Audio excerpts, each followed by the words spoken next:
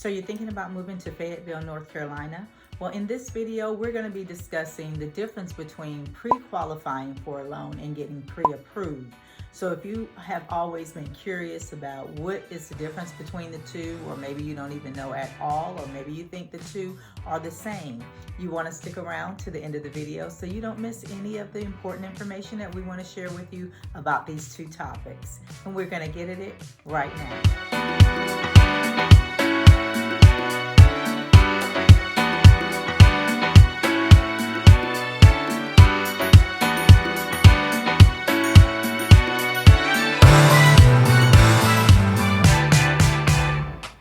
My name is Michelle Capers, and I'm the broker in charge of Moving Forward Real Estate. And believe it or not, we get calls and texts and emails from clients just like you on a daily basis looking to move to this great city. Now, whether you're a seller or a buyer or even an investor looking to move in 90 days or 9 months, give us a call, shoot us a text, or send us an email, and all of our information will be in the description box below. We want to help you make a smooth move to the great city of Fayetteville, North Carolina, Cumberland County, and its surrounding areas. So there is a difference with getting pre-qualified versus a pre-approved. Before we even submit an offer for you on a home, we have to have a pre-approval letter from your lender.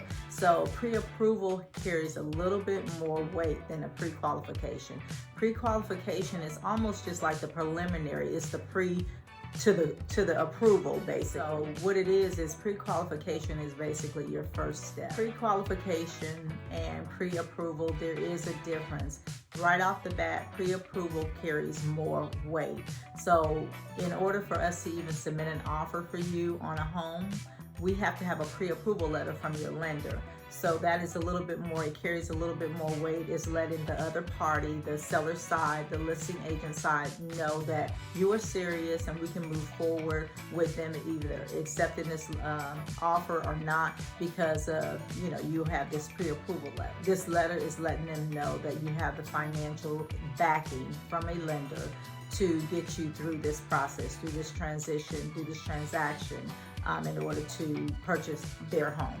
So you want to get a pre-approval letter, not a pre-qualified letter, because pre-qualification tends to refer to a less rigorous assessment, while a pre-approval can require you to share more personal and financial information from a creditor. So what this is saying is that pre-qualification, you're not sharing too much of information to validate what you're saying that you make. So you just simply have filled out an application. You have stated that you've been on your job 1 or 2 years, however long you've been on your job, that you make $5,000 a month and so on and so forth.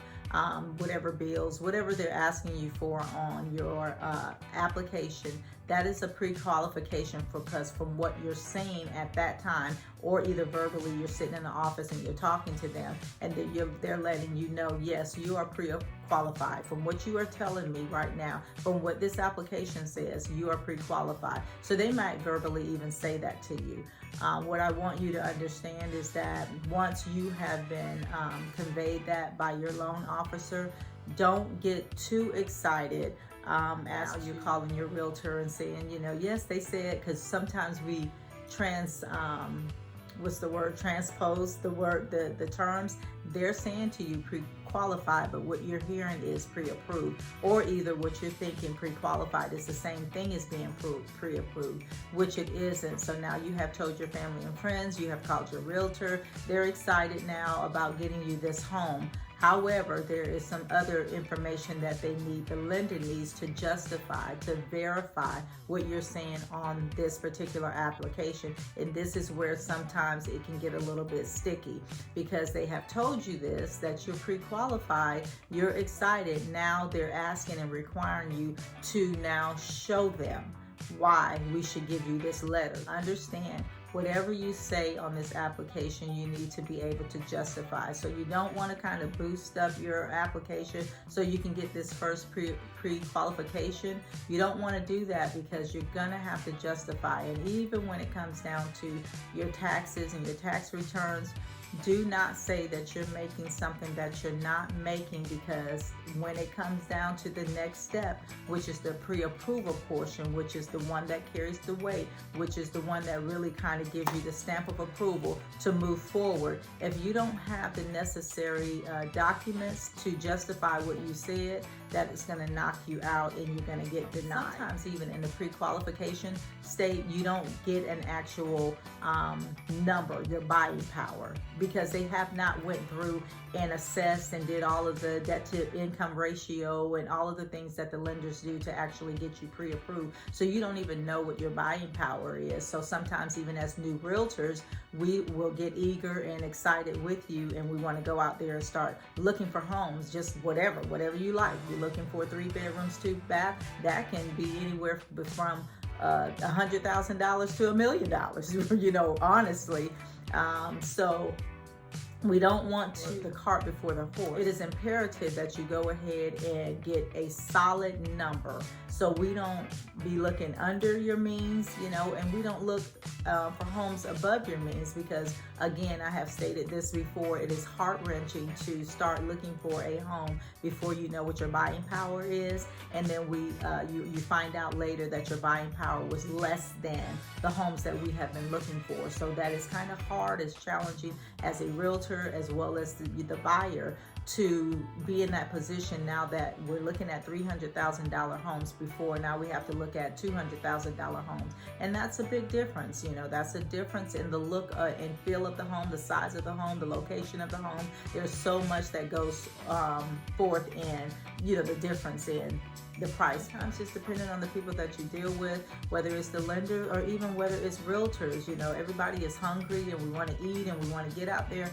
and make the sale. But here with our company, who I am as a realtor, I want to make sure to set the right expectations for you off the bat, so there's no disappointment. Understand there is a difference again between getting pre-qualified and pre-approved. So when you get that pre-qualified letter or statement or email, you want to make sure that you stay in contact with your lender and provide to them everything that they're asking you for to be able to justify. Now, do you give them, now some lenders work differently. Some lenders are, you know, basically they want to find out the financial portion. So they want some W-2s, they want, you know, last six weeks or so, or 2 months. So whatever they're requiring of you, they want to see W-2s, and they want to see maybe a tax return, some type of pay stub letting them know. And then they'll go ahead and they can give you some numbers off of that, because you have justified, whether it is disability or whatever income that you have that's coming into your home, and you're able to justify. They will take those numbers and prove to them that you are on the job, you have been on the job a year or more, and that you are making what you said that you're making. Now, there's still documents that needs to be given, but at that point with those particular documents, your lender should be able to, you know, give me a pre-approval letter, and that way we can move forward, because for one, we know your buying power, and for two, they actually see what you are saying that you make. So then we can move forward, and then from that point, there's still other documents that needs to be given, you know, tax returns and bank statements, and, you know, if you are needing assistance from a family, love gifts and all that other stuff, you know, whatever, you know, have you, that needs to be in place from the time that we get the pre-approval letter. There are things that's going to be required of you, and you have to do that as well, and present to your loan officers what they're asking for. I know sometimes it gets a little bit tedious and it gets aggravating, because you feel like you sent in them this or that. Why do they want anything more? Why do they need this? Or, you know, you're trying to be private. Some people are really private about their bank statements, and just understand, if you're getting a gift from someone, if someone is gifting you maybe your down payment, they're giving you $5,000 because you don't have the money out, you know, cash on hand, and they're gonna give you this. Make sure you know up front that this is a gift, and then also let the person that's gonna be gifting you this money, let them know that the lenders may require, more so than not, they're going to require bank statements from them too, because this is all just a check and balance thing, that people want to know that whoever is purchasing this home can support this loan. You're not going to go into foreclosure in a couple of months, and then also that you're not smuggling in, you're not a drug dealer, you are actually getting, deposits into your home, they're into your bank account. You're not just, having money off the side in cash, and you got this safe and nobody can justify or verify where is this money coming from. You're getting $10,000 lump sums deposited into your account on a weekly, monthly, basis. They want to be able to see that this money is legitimate and there's no, issues. I just want to make sure that everything is on an up and up. So understand, if you use someone to help assist you in this process, they're going to need some verification from that person as well. So set that expectation, because I know I've also ran into several clients that when it came down to gifting, they verbally, yes, they're going to give me, my mom is going to, my cousin is going to, my friend is going to, but when it came down to, okay, now the lenders want to see their bank statements, everybody kind of froze. There was an issue with some, because they're like, we're just gifting it, we're not purchasing the home. Why do you need to see our stuff? So I can't answer that question. You may have to talk to a lender to ask them why, they're needing that information from you, and you're not purchasing the home. I'm just here to set the expectation. If you are a first-time home buyer, or if you have purchased a home and you're getting a gift to help you with your closing costs or your down payments, understand, set the precedence, the expectation with your gifter, whoever's giving you this money, that they're going to need to see their financial requirements, your bank statements, or whatever the lender is going to require from them, and even a letter. Sometimes I think they require you to write. So just understand that there's going to be something that gifter have to do other than just transfer the money and hand it over to you. So there is a difference, again, between pre-qualified and pre-approval. I just want to set the expectations for you all as first-time home buyers. Definitely don't get too excited when they say that you're pre-qualified. So you guys, when you're looking for lenders, if you don't use, preferred lenders from our company, if you, are using someone else, a banking institution, or, actual mortgage company, make sure it's a person that you have a rapport with, that communicates with you well. I'm not saying that every time you call, they're going to answer, or every time you text them, they're going to text you back immediately, but you want to be able to have a good communication line, and this lender gets back to you like at least within the day. If you're going to be their client and they're working for you, there's no reason why you are working with a lender and you haven't heard from them for a week or two. Something is wrong. So be careful in lenders that you choose. You're not just hunting for an approval, because you can get an approval even from a lender, and then it's hard to communicate with that lender, whether it's you or whether it's me trying to get information that is required, because there's so many different moving parts in a transaction, trying to get you from the offer to the closing table. There's many different, there's not just me in it, there's attorneys, there's the lenders, there's yourself, so on and so forth. So you want to be able to get a person that, pick a lender that is, the communication is there. They're fighting for you to get you to the finish line. Now, if this is your first time to our channel, you want to go ahead and like and subscribe and hit that notification bell so you can be the first to receive all of the important information that we want to share with you about Fayetteville, North Carolina, Cumberland County, and the surrounding areas. I just want to set a good foundation, should I say, for you all, that when you're ready to go and submit that offer, that we can do that with confidence, so you're not let down.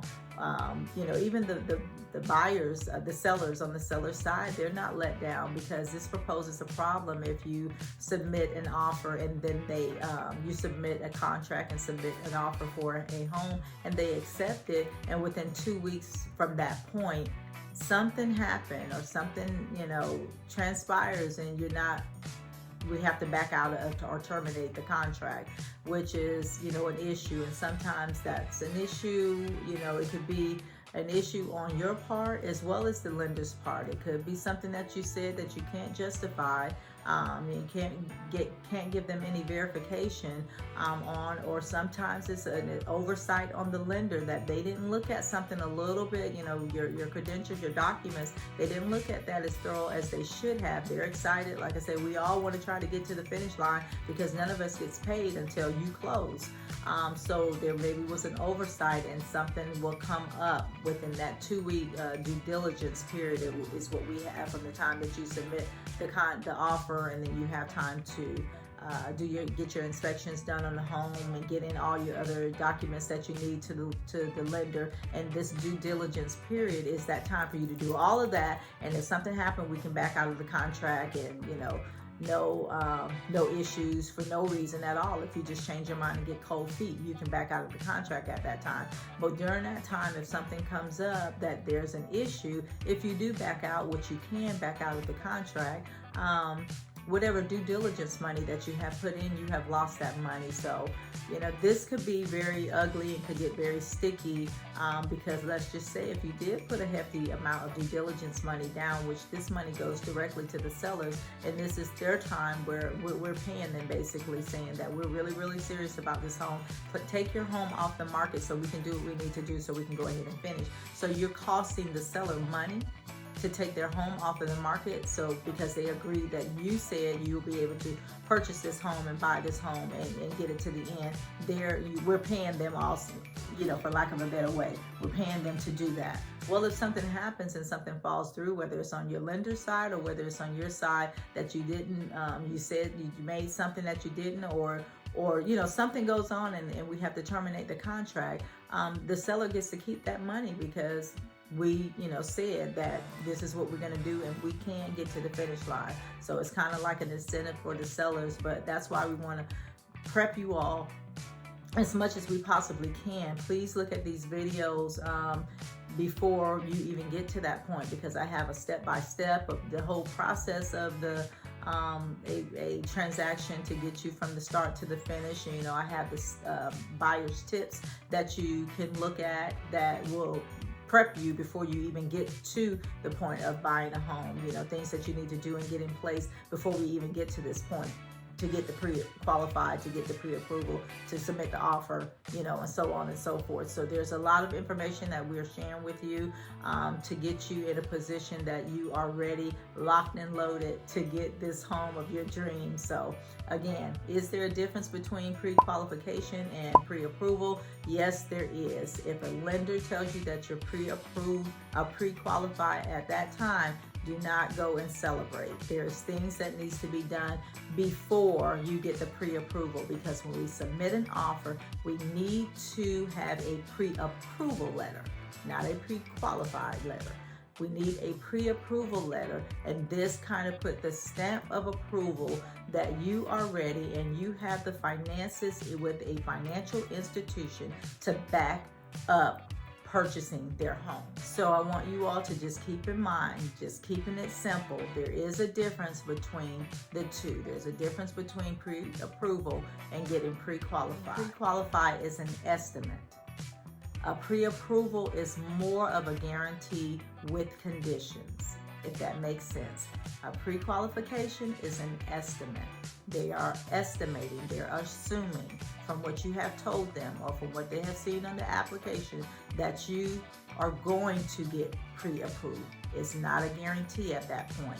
A pre-approval is more of a guarantee, but it's with conditions that you can support everything that you have said verbally or even either on your application or both. So I hope you all learned something from this video. If you did, leave me some comments in the description box below. I always want to hear from you and hear your thoughts. Have you ever had the challenges of being pre-qualified versus pre-approved? Was there a difference between the two with you? Do you understand a little bit better? There is a difference. Did this information help? Leave us some comments in the description box below. We're always eager to hear from you. And as always, we are moving forward one home at a time, and we will see you in the next video.